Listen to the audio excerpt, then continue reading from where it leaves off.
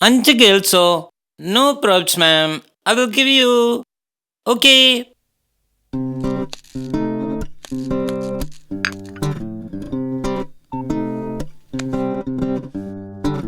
ആരാ? സർ, ഞാൻ ആനന്ദ്. കുറച്ചു മുന്നേ നമ്മൾ സംസാരിച്ചിരുന്നു ഓ ആനന്ദ്, എനിക്ക് മനസ്സിലായില്ല കേട്ടോ. ആ ഫോട്ടോസ്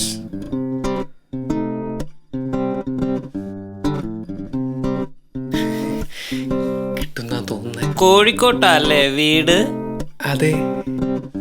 ആ മിസ്റ്റർ ആനന്ദ്, മുന്നേ നിങ്ങൾ അഭിനയിച്ചിട്ടുണ്ടോ?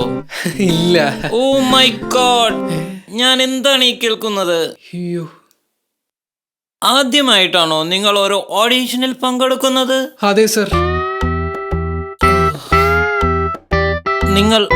നിങ്ങൾ ഒരു സാധാരണ മനുഷ്യനല്ല കേട്ടോ. നിങ്ങൾ അഭിനയത്തിന്റെ ഒരു നിറകുടമാണ് കേട്ടോ. ആർക്കും നിങ്ങളുടെ ടാലന്റ് മനസ്സിലായില്ല. അവിടെയാണ് റോക്കി ആവുന്നത്. കാർത്തിക് ബഷീറിനെ കൊണ്ടുവന്നപ്പോഴും എവിടെ? ഇവിടെ ആരും റോക്കിയെ സപ്പോർട്ട് ചെയ്തില്ല. എന്നിട്ടിപ്പം എന്തായി? അവൻ കയറി അങ്ങ് സ്റ്റാറായി. സത്യം? ഏതാ സർ പടം? എപ്പോഴാണ് shooting? Hello, Rocky here.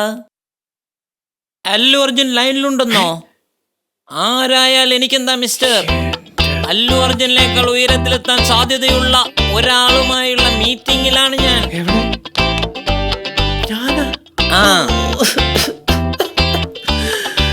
പറഞ്ഞേക്കൂ Allu അർജുനോട് ഞാൻ തിരിച്ചു വിളിക്കാമെന്ന് പറയൂ. Okay, by.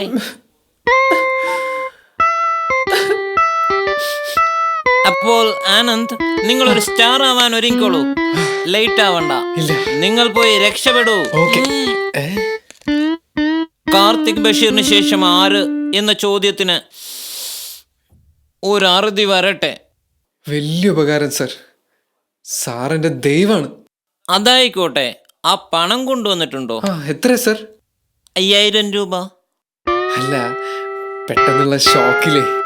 എന്റെ ദൈവമേ ആനന്ദേ, നിന്റെ കാര്യം എന്താ സർ? കാർത്തിക് ബഷീറും ഈ കസേരയിൽ ഇരുന്നപ്പോ ഇങ്ങനെ തന്നെ പറഞ്ഞേ. ഇതാ സർ പണം.